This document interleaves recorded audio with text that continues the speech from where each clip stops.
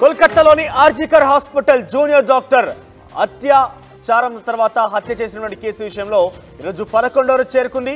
ప్రస్తుతం సిబిఐ ఈ case investigation చేస్తోంది. సంజయ్ రాయ్ అనే వ్యక్తిని కూడా అరెస్ట్ చేశారు.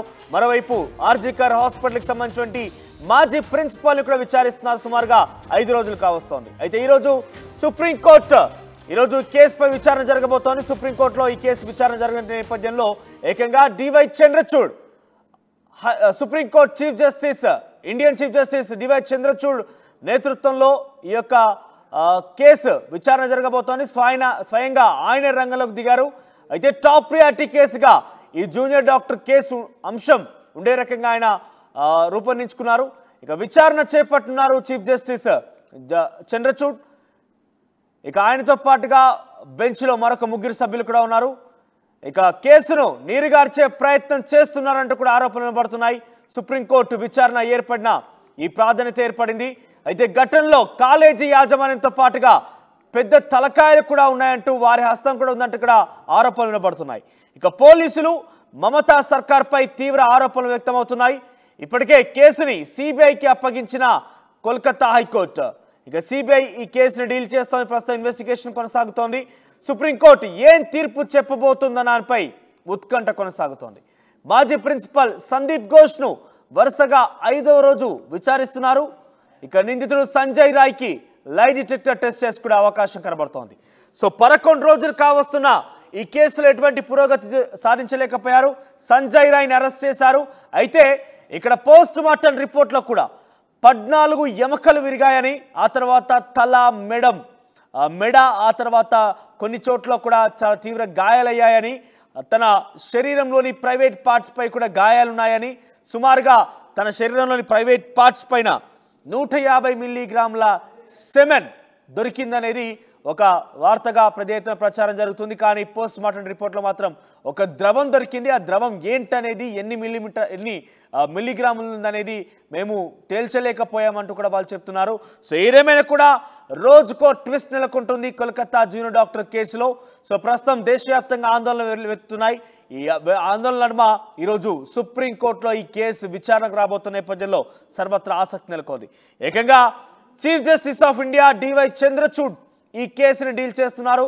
ఆయన సుమోటోగా తీసుకొని ప్రస్తుతం ఈ కేసుని టాప్ ప్రియారిటీ అంశంగా ఆయన తీసుకునే నేపథ్యంలో ఈరోజు విచారణ జరుగుతున్నటువంటి సిచ్యువేషన్లో ఎటువంటి కీలక తీర్పు రాబోతోంది, ఏ రకంగా ఆలోచించబోతున్నారని ఒక ఉత్కంఠ నెలకొంది. ప్రస్తుతం సంజయ్ ఘోష్ని సిబిఐ ఎంక్వైరీ చేస్తోంది, సిబిఐ ఇన్వెస్టిగేషన్ చేస్తోంది. మరోవైపు సంజయ్ రాయ్ని కూడా అదుపులోకి తీసుకున్నారు పోలీసులు. ఆయనపై కూడా చాలా కరాఖండి, ఎంత దుర్మార్గం, ఎంత అమానుషం, ఎంత దారుణం అనంటే అక్కడ పట్టుబడినటువంటి సంజయ్ రాయ్ ఏకంగా అన్ని నేనే చేశాను ఒప్పుకుంటూ, దమ్ముంటే ఏం చేసుకుంటారో చేసుకోండి, ఉరి వేసుకుంటారా వేసుకోండి, ఉరిశిక్షకైనా సిద్ధంగా ఉన్నాను, చంపేసినాను రెడీ అన్నట్టుగా సంజయ్ రాయ్ మాట్లాడుతున్నాడు.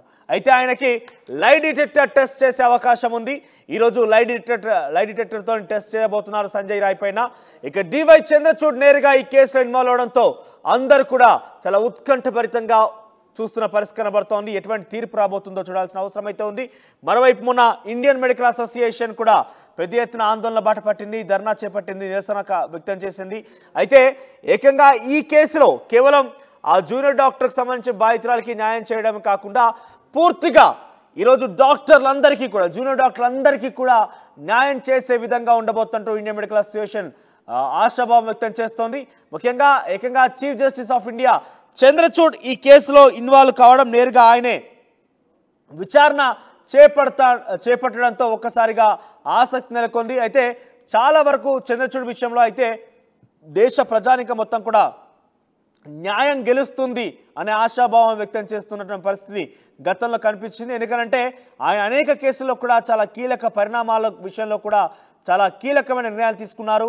న్యాయం వైపు నిలబడ్డారు. ఆయన ట్రాన్స్పరెంట్గా ఉంటారంటూ కూడా ఆయనకు ప్రత్యేక గుర్తింపు అయితే ఉంది. సో ప్రస్తుతం ఆయనే ఏకంగా ఈ కేసును డీల్ చేస్తున్నారు. కాబట్టి అక్కడ జూనియర్ డాక్టర్ విషయంలో ఎంత పెద్ద తలకాయాలున్నా, ఎంత పెద్దవారి హస్తం ఉన్నా, ఎంత రాజకీయాలు జరిగినా, ఎంత రచ్చ జరిగినా, ఏమైనా కానివ్వండి, నిందితులకు మాత్రం శిక్ష పడడమే ఆయన చూడడం జరుగుతుంది. న్యాయస్థానంలో న్యాయం మాత్రం జరుగుతుందనడానికి ఆయన ఒక నిదర్శనం, నిలువుటద్దంగా ఆయన కనబడుతూ ఉంటారు దేశ ప్రజానికానికి ఒక chief justice of ఇండియాగా.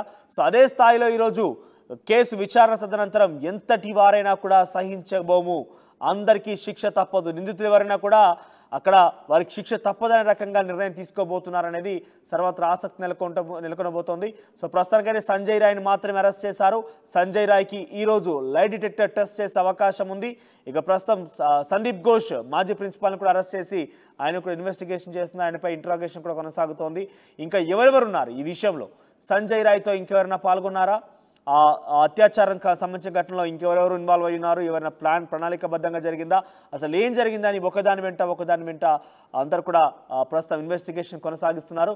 So present మీరు చూస్తున్నారు ఆర్టీవీ స్క్రీన్ పైన సంజయ్ రాయ్ ఫోటో. ఈ వ్యక్తే ఆ రోజు అక్కడ జూనియర్ డాక్టర్పై అత్యాచారంలో కీలకమైన వ్యక్తిగా భావిస్తున్నారు పోలీసులు. సో ఆయన ఎంత పకడ్బందీగా అంటే ఒకసారి మీకు మళ్ళీ గుర్తు చేసే ప్రయత్నం చేస్తా. చాలా ఘోరాతి ఘోరంగా చెప్పడానికి పదే కొంత ఇబ్బందికరంగా ఉన్నప్పటికీ డెఫినెట్గా మీ దృష్టికి ఆ విషయాన్ని తీసుకొచ్చే ప్రయత్నం మేము చేస్తున్నాం కాబట్టి ఇన్ డీటెయిల్గా మీకు చెప్పే ప్రయత్నం చేస్తే కనుక ఆగస్టు 9న రాత్రి అంటే ఉదయాన్నే ఆగస్టు 10 సుమారుగా 2-3 గంటల సమయంలో నైట్ డ్యూటీలో ఉన్నటువంటి ఆ జూనియర్ డాక్టర్ విధులు నిర్వర్తించిన తర్వాత కాసేపు ఒక చిన్న కునికేద్దామని చెప్పి సెమినార్ హాల్కి వచ్చింది. సెమినార్ హాల్కి వచ్చిన నేపథ్యంలోనే అక్కడ తను కొంత నిద్రపోయేందుకు ప్రయత్నం చేసింది. అయితే అప్పుడే ఆ సమయంలోనే సంజయ్ రాయ్ అనే వ్యక్తి, అంటే ఇక్కడ సీసీ కెమెరాస్ మొత్తం కూడా ఆఫ్లో ఉన్నాయి. అక్కడ సీసీ కెమెరాస్ అక్కడ కూడా పెద్దగా ఆ ఫుటేజెస్ రికార్డు కాలేదు. అసలు సీసీ కెమెరాలు ఏమైనా విషయం అయితే కొంత సస్పెన్స్గానే ఉంది. కానీ ఎంట్రీ ఎగ్జిట్ మాత్రం కనిపించింది. సంజయ్ రాయ్ ఎంట్రీ అయ్యాడు. ఆ తర్వాత 40 మినిట్స్ తర్వాత ఆయన బయటికి వచ్చాడు. అయితే మొదట ఆయన ఎంట్రీ అవుతున్న నేపథ్యంలో ఆయన ఇయర్లో ఒక హెడ్ ఫోన్ ఉంది. ఆయన బయటకు వచ్చే సమయంలో మాత్రం హెడ్ ఫోన్ కనిపించలేదు. అయితే స్పాట్లో ఆ జూనియర్ డాక్టర్ మరణించినటువంటి ఆ స్పాట్లో హెడ్ ఫోన్ లభించింది. ఆ హెడ్ ఫోన్ సహాయంతో పూర్తిగా కూడా సంజయ్ రాయ్ని పట్టుకున్నారు పోలీసులు. మరోవైపు ఆయన ఒంటిపైన కూడా రక్తపు మరకలనే చెరిపేసే ప్రయత్నం చేశాడు. కానీ ఆయన వేసుకున్నటువంటి షూస్కి మాత్రం రక్తపు మరకలు ఉన్నాయి. ఆ రక్తపు మరకల్ని ఈ హెడ్ ఫోన్స్ ఆధారితంగా సంజయ్ని అరెస్ట్ చేశారు. అయితే సంజయ్ రాయ్ కూడా చాలా దుర్మార్గుడుగా, ఒక అమానుషంగా, ఎంత ఘోరం అని అంటే ఆయన నేను చేశాను, అవసరం ఉంటే ఊరు శిక్ష వేసుకుంటారా వేసుకోండి, చంపేస్తారా చంపేయండి అన్నట్టుగా చాలా కరాఖండిగా తెగించి మాట్లాడుతున్న సిచ్యువేషన్ కనబడుతోంది. కానీ ఇక్కడ కావాల్సింది సంజయ్ రాయ్ ఒక్కడే కాదు, సంజయ్ రాయ్తో పాటుగా చాలామంది ఇన్వాల్వ్ అయ్యారు అనేది ఒక అనుమానంగా ఉంది. కాబట్టి సంజయ్ రాయ్ని లై డిటెక్టర్ టెస్ట్ చేస్తే కనుక ఆయన నుంచి కీలక విషయాలు బయటకు వచ్చే అవకాశం ఉన్నట్టుగా అందరూ కూడా భావిస్తున్నారు. సో ప్రస్తుతానికైతే సంజయ్ రాయ్పై లై డిటెక్టర్ టెస్ట్ ఒకటి, మరొక వైపు చంద్రచూడ్ ఈ కేసుపై ఈరోజు విచారణ చేస్తున్న నేపథ్యంలో ఎటువంటి ఆసక్తికర పరిణామాలు చోటు చేసుకోబోతున్నాయి, ఎవరెవరిని ఏ రకంగా బయటికి తీయబోతున్నారు, ఈ యొక్క జూనియర్ డాక్టర్ కేసు విషయంలో జూనియర్ డాక్టర్కి ఏ రకంగా న్యాయం చేయబోతున్నారని చూడాల్సిన అవసరం అయితే ఉంది. ఇక రాజకీయాలకు అతీతంగా వివరించినటువంటి వ్యక్తిగా చంద్రచూడ్కి అయితే చాలా గొప్ప పేరు అయితే ఉంది. సో ఈసారి చంద్రచూడ్ నేరుగా ఇన్వాల్వ్ అయిపోయి ఆయన కేసు డీల్ చేస్తున్నారు కాబట్టి ఏ రకంగా ఉంటుందో మాత్రం చూడాలి మరి.